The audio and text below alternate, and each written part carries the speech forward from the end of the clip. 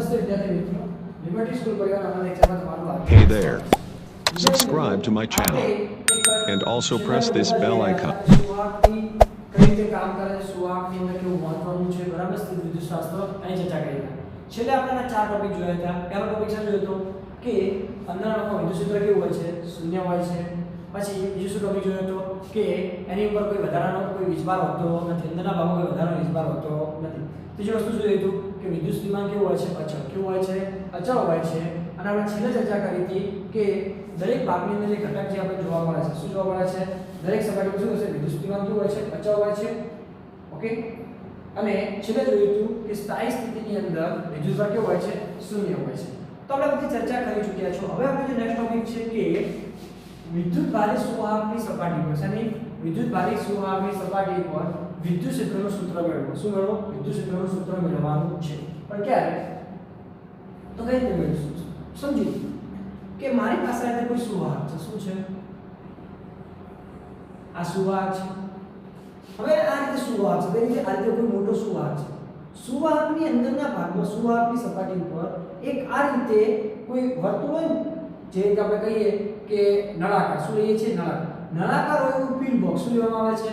Pin box લેવામાં આવે છે. તમે ઘણીવાર રેતીમાં રમ્યા હશો, બરાબર? તમે કોઈ છોકરા રમતા જોયા છે કે આ રીતે કોઈ ગ્લાસ હોય કે કંઈ પીવું હોય, બરાબર? તો ખબર રેતીમાં નાખે તો અડધો ગ્લાસ ક્યાં છે? રેતીની અંદર. ક્યાં છે? રેતીની અંદર. અને અડધો ગ્લાસ ક્યાં છે? બહાર.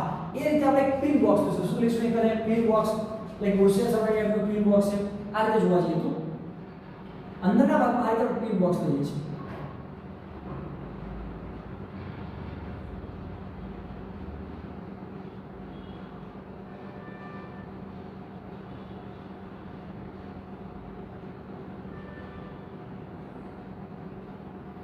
ઓકે, આ ટાઈપનું એક પિન બોક્સ લેવામાં આવે છે.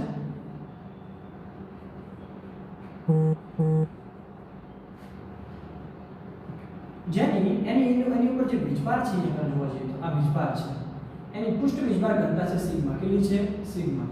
તો પૃષ્ઠ વીજભાર ઘનતા કેટલી છે? સિગ્મા છે. અને આ શું છે? સુવાહક. શું છે? સુવાહક. ઓકે, એટલે પિન બોક્સ લેવામાં આવે છે. તો પિન બોક્સ અડધું અંદર છે, અડધું કેવું છે? બહાર. અડધું અંદર છે, અડધું કેવું છે? બહાર. હવે અંદરના ભાગમાં જો ધારો કે આ પિન બોક્સ લઈએ, આ રીતે રાખો છો, આ રીતે રાખો, આ રીતે રાખી તો અડધો ભાગ ક્યાં છે? અંદર છે. અડધો ભાગ ક્યાં છે? બહાર. હવે જે અડધો ભાગ જે અંદર જે છે, પણ અંદરના ભાગમાં વિદ્યુત ક્ષેત્ર કેવું છે? શૂન્ય. કેવું છે? વિદ્યુત ક્ષેત્ર શૂન્ય છે. એટલે કે કોઈ પ્રકારનો પ્રોસેસ મળવાની નથી. તો અંદરના ભાગમાં વિદ્યુત ક્ષેત્ર કેવું હોય છે? શૂન્ય હોય છે. એટલે આપણે કંઈ મળશે નહીં. પણ બહારના ભાગમાં કેટલું એ આપણે શોધવાનું છે. તો શું સમજીએ કરે કે આકૃતિમાં દર્શાવ્યા પ્રમાણે સિગ્મા જેટલી કેટલી? સિગ્મા જેટલી પૃષ્ઠ વીજભાર ઘનતા ધરાવતું સુવાહક લેવામાં સુવાહક લેવામાં આવે છે. ઓકે, આટલી વસ્તુ ખબર પડી જાય છે. હવે થોડું અંદર જઈએ, સમજો. સુવાહકના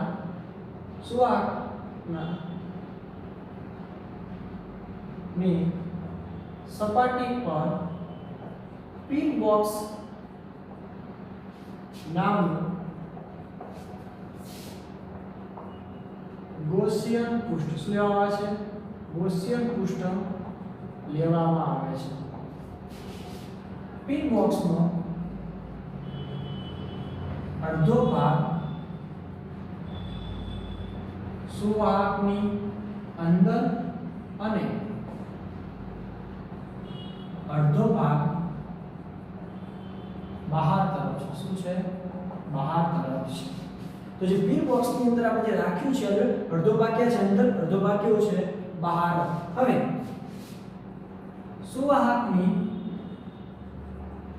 અંદરના ભાગમાં વિદ્યુત ક્ષેત્ર કેવું હોય છે? શૂન્ય હોય છે. શું હોય છે? શૂન્ય હોય છે.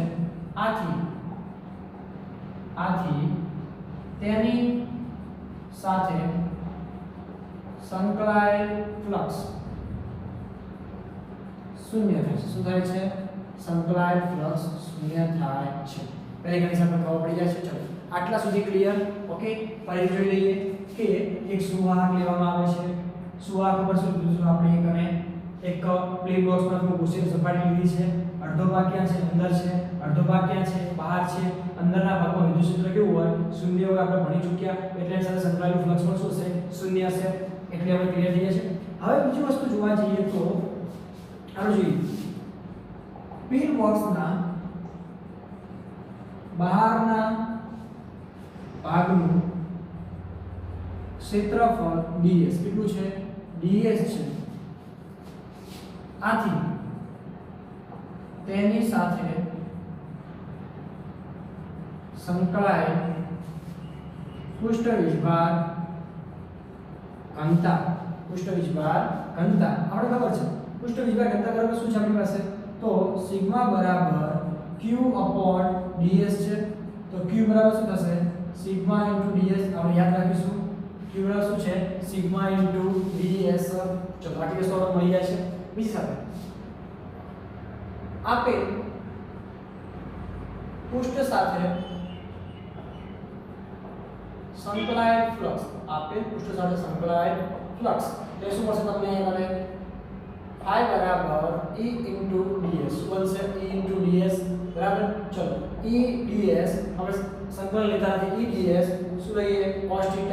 પરંતુ અહીંયા e અને ds સદિશ કયો છે? સમાન. ધારો કે આ રીતે આપણે કરીએ કે આ રીતે ગોઠવેલું હોય તો આનો સદિશ કઈ તરફ હોય? બહાર તરફ હોય. બંને બહાર તરફ કેવા કહેવાશે? એક જ દિશા કહેવાશે.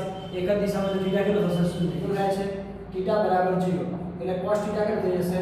1 થઈ જાય. કેટલું થઈ જશે? 1 થઈ જાય. એટલે phi બરાબર શું મળશે? e ds. શું મળી જાય છે? e ds તમને મળી જાય છે. ઓકે વિદ્યાર્થી મિત્રો, આટલા સુધી ક્લિયર થાય છે કમ્પ્લીટલી. હવે થોડું આગળ વધીએ આપણે આની અંદર કન્સિડરમાં થવું જોઈએ e ds ની અંદર. હવે આપણે ચલો ફટાફટ નોટ કરી લો અને હું આપું છું 30 સેકન્ડ ફટાફટ. ઓકે, પછી આગળ વધીએ.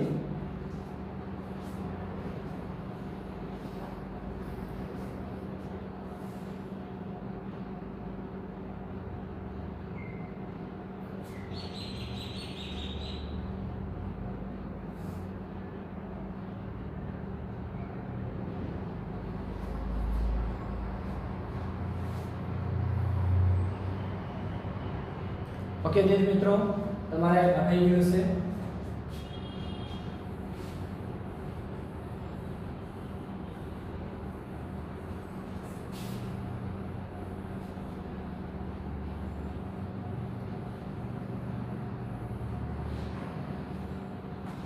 આપણે સર શું બોલીએ?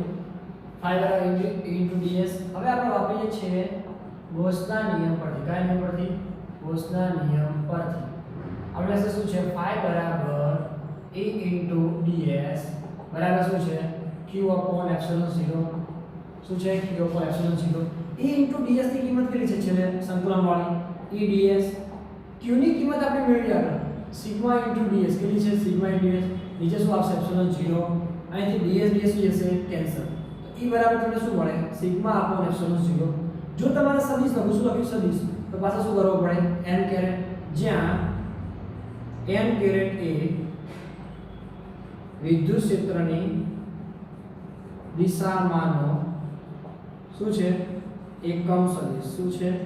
એકમ સદિશ છે. વિદ્યુત ક્ષેત્રની દિશામાંનો શું છે? એકમ સદિશ આપણને આપે છે. તો એકદમ સિમ્પલ વસ્તુ છે. ઓકે, આપણે એક સિમ્પલ કે સાથે સૂત્ર શું મળ્યું તમને? Sigma epsilon 0. આવનાર વિદ્યાર્થી મિત્રો આપણે ગોળીય કવચ માટે જ્યારે મેં તમને ગોળીય કવચનું વિદ્યુત ક્ષેત્ર આપણે ચલાવ્યું હતું બરાબર, ચેપ્ટર નંબર 1 ની અંદર જ્યારે તમે ટેસ્ટ બી આપી ચૂક્યા છો બરાબર, એની અંદર આપણે ચર્ચા કરી હતી બરાબર. તો એ બી શું હતું? સિગ્મા epsilon 0 જ હતું બરાબર. એ બી વસ્તુ સિમ્પલ છે. ઓકે, તો તમને નોટ કરી લો, પછી પ્રશ્ન આપણે જોઈશું બરાબર.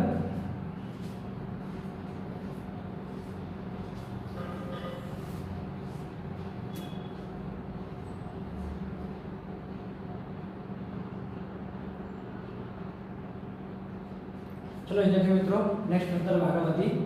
પ્રશ્ન એવો છે તમારી માટે કે જરૂરી આકૃતિ દોરી સ્થિત વિદ્યુત શિલ્ડિંગ. જરૂરી આકૃતિ દોરી સ્થિત વિદ્યુત શિલ્ડિંગ સમજાવો.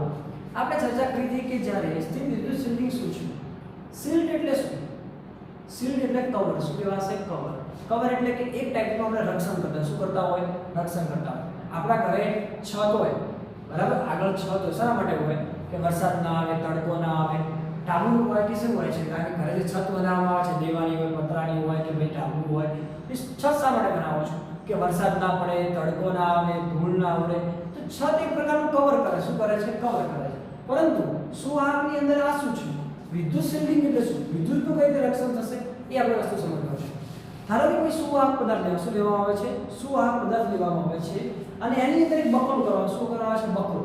બખોલ એટલે કે અંદરના ભાગમાં ખાલી. તમે ઘણી વાર તમે જોયું છે, તમે બી આવું રમી શક્યા છો, રેતીની અંદર રમતા હોય તો આપણે ખબર ભીની રેતી હોય અથવા હોય તો અંદર ખબર હાથ નાખીને ખાડો ખોદતા, પછી ઘર રમતા છો. તમે બધા રમ્યા છો, તમે બધા એક્સપર્ટ બધા રમવામાં બધા, બરાબર. જેમ કે પબજી બધા રમો, અત્યારે ફ્રી ફાયર રમતા હશો, પછી ઇન્સ્ટાગ્રામ પર સેલ્ફી લખવાનું, આ બધું તમે કામ કરી ચૂકેલા છો. હવે આપણે એક ધ્યાન આપીશું કે એ ટાઈપની ધારો કે બખોલ, કારણ કે સુવાહક પદાર્થ લેવામાં આવે છે અને બખોલ લીધી છે. બખોલની અંદર એક આટલો ભાગ છે, ધારો કે આપણે લઈએ કે આખા ધારો એક પદાર્થ, એમાં એક બખોલ અને આટલો એક ખાલી ભાગ છે. શું છે? ખાલી. આ ખાલી ભાગની અંદર E બરાબર કેવું છે? 0. એટલે કે વિદ્યુત ક્ષેત્ર કેવું છે? 0. સિગ્મા એટલે 0 એટલે પૃષ્ઠ વિસ્તાર ઘનતા પણ શું છે? 0. અને 20 ડિગ્રી એટલે કે વિદ્યુત સ્થિતિમાન પણ શું છે? 0 છે. શું છે? 0 છે. તો એવી કોઈ બખોલ લેવામાં આવે છે તો આપણે લખી દઈએ કે સમજીએ. આકૃતિમાં દર્શાવ્યા પ્રમાણે એક બખોલ વાળું સુવાહક લેવામાં આવે છે. શું આવે છે? બખોલ વાળું સુવાહક લેવામાં આવે છે. હવે સુવાહક તો લઈ લીધું મેં. હવે કન્ડિશન શું? તો તમે જોઈ શકો છો, સુવાહકની અંદર વિદ્યુત ક્ષેત્ર શું છે? 0. પૃષ્ઠ વિસ્તાર શું છે? 0. v પણ કેવો છે? 0. હવે પ્રશ્ન છે કે બખોલ સાહેબ ગોળ જ લેવાનો? ના. આપેલ અહીંયા બખોલ ગમે તે આકારનો લેવામાં આવે છે. શું લેવામાં આવે છે? ગમે તે આકારનો લેવામાં આવે છે. ઓકે. હવે નેક્સ્ટ વસ્તુ આપણે એવું લખવા જોઈએ કે વિદ્યુત ક્ષેત્ર 0 હોય તો બધાને ખબર જ છે કે બખોલનું વિદ્યુત ક્ષેત્ર કેવું હોય? 0. તમે કહો સાહેબ અમને તો ખબર નથી. હવે ખબર પડી તો ખરી ને, આવડી તો ગયું ને. નેક્સ્ટ વસ્તુ, હવે જો હું બહારથી કોઈ વીજભાર આપું છું, બહાર રીતે વીજભાર આપું છું, વીજભારિત પ્રેરિત કરું છું. જો વીજભારિત પ્રેરિત કરું તો આ વીજભાર બખોલની બહાર જે આવેલી સપાટી છે, બખોલની બહાર એટલે કે સુવાહકની જે બહારની સપાટી પર તમે જોઈ શકો છો. અહીંયા કેવો વીજભારિત પ્રેરિત થયો? ધન. અહીંયા કેવો થયો? ધન. અહીંયા કેવો થાય છે? ઋણ. અહીંયા કેવો થાય છે? ઋણ. હવે ઋણ વિદ્યુત ભાર હોય તો વિદ્યુત ક્ષેત્ર કઈ તરફ હોય? અંદર તરફ. ઋણ છે તો ક્યાં છે? અંદર તરફ. ધન હોય તો કેવું હશે? બહાર તરફ. અને ધન હોય તો શું હોય? પૃષ્ઠ વિસ્તાર ઘનતા >0 હોય અને લેસ ધન શું થાય? પૃષ્ઠ વિસ્તાર ઘનતા શું હોય છે? <0. એ વસ્તુ એ લખેલું છે. એટલે કે જો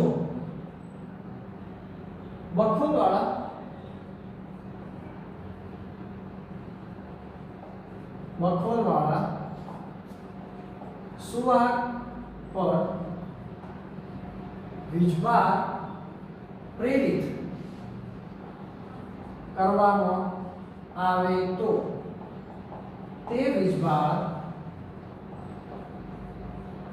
સુવાહકની સપાટી પર રહે. શું રહે છે? સુવાહકની સપાટી પર રહે છે. સુવાહકની અંદર હોતો નથી. ઓકે, રહે છે. પરંતુ બખોલની અંદર હોતો નથી. બખોલની અંદર હોતો નથી. તો આ પ્રકારનું શું કરે? શિલ્ડિંગ. શું કરે છે? શિલ્ડિંગ. લો તમે સમજીએ કે સુવાહકની અંદર બખોલ એ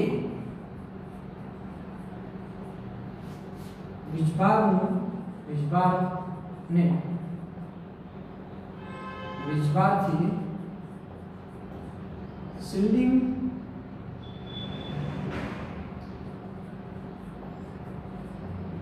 જેવું કાર્ય કરતું હોવાથી તેને સ્થિત વિદ્યુત શિલ્ડિંગ કહે છે. શું કહે છે? સ્થિત વિદ્યુત શિલ્ડિંગ કહે છે. એટલે કે આ જે બકોલ જે છે એ અંદરના ભાગમાં કોઈ પણ પ્રકારનો વીજભાર આવવા દેતું નથી, એટલા માટે કોઈ પણ પ્રકારની પ્રોબ્લેમ થતી નથી. હવે તમને સમજાવું કે સર આવું કઈ જગ્યાએ જોવા મળશે, તમારા માટે પ્રશ્ન છે. તો મેં તમને જ્યારે વાત કરી હતી, જ્યારે શરૂઆત થઈ હતી, બરાબર છે, આ બહુ અગત્યના મુદ્દાની, બરાબર, એની અંદર આપણે એક વસ્તુ કીધું કે આ જે શિલ્ડિંગ જે હોય છે, આપણે ઉદાહરણ લઈએ કાર માટે. શા માટે જઈશું? કાર માટે. તમે ધારો કે કાર લઈને જઈ રહ્યા છો, તો કારના બધા દરવાજા કેવા છે? બંધ. કેવા છે? બંધ છે. હવે કારના બધા દરવાજા બંધ હોય છે એટલે કાર એકલી શું પેક થઈ ગયું? અંદર ભાગમાં એવું ખાલી, કેવી હશે? ખાલી. બહારના ભાગમાં જે કારની જે બોડી જે હોય છે એ શેની હોય? લોખંડની. શેની બનેલી હોય? લોખંડ, એલ્યુમિનિયમ, અલગ અલગ, એટલે કે સુવાહકની. શેની બનેલી હશે? સુવાહકની છે. હવે કાર જે છે આખી કવર થઈ ગઈ. કેવી થઈ જાય છે? કવર થઈ જાય છે. હવે જો બહારથી કોઈ વરસાદનું સિઝન છે, ત્યારે વીજળી પડતી હોય, પરંતુ એ વીજળી કાર પર પડતી નથી. તમને અંદર કેવું કરશે? કાર અંદરના ભાગમાં કોઈ વીજભાર આવવા દેતો નથી. પણ ક્યારે? કાર કમ્પ્લીટલી બંધ હોય ત્યારે. એટલે કારમાં કોઈ પ્રકારનો વીજભાર આવતો નથી. આવું કઈ રીતે? જો કાર ઉપર વીજળી કેમ ના પડે? કેમ? અંતિ કેવું શિલ્ડ, કેવું થઈ ગયું? શિલ્ડ. ધારો કે આ કારની સપાટી પર, કારની અંદર તમે છો, તો આ ઉપરના ભાગમાં વીજભાર આવશે, અંદરના ભાગમાં કોઈ વીજભાર આવતો નથી. કોઈ પણ તાર હોય, તારમાંથી પસાર થતો તો પણ કોઈ વીજભાર આવતો નથી. કોઈ પણ પ્રકારની પ્રોબ્લેમ નથી. કેમ? તાર જોવા જઈએ તો જે ટાયર જે છે એ કેવા છે? સપાટી સાથે. અને ટાયર કેવું હોય? પ્લાસ્ટિકના હોય, એટલે કે સોરી રબર હોય.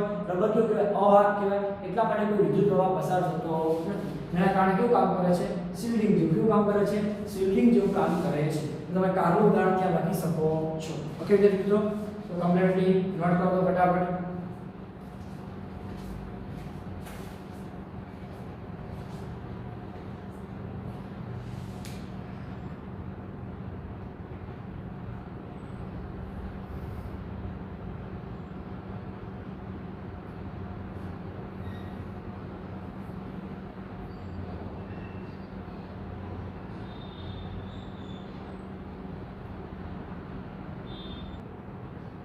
ચલો વિદ્યાર્થી મિત્રો, લખાઈ ગયું હશે.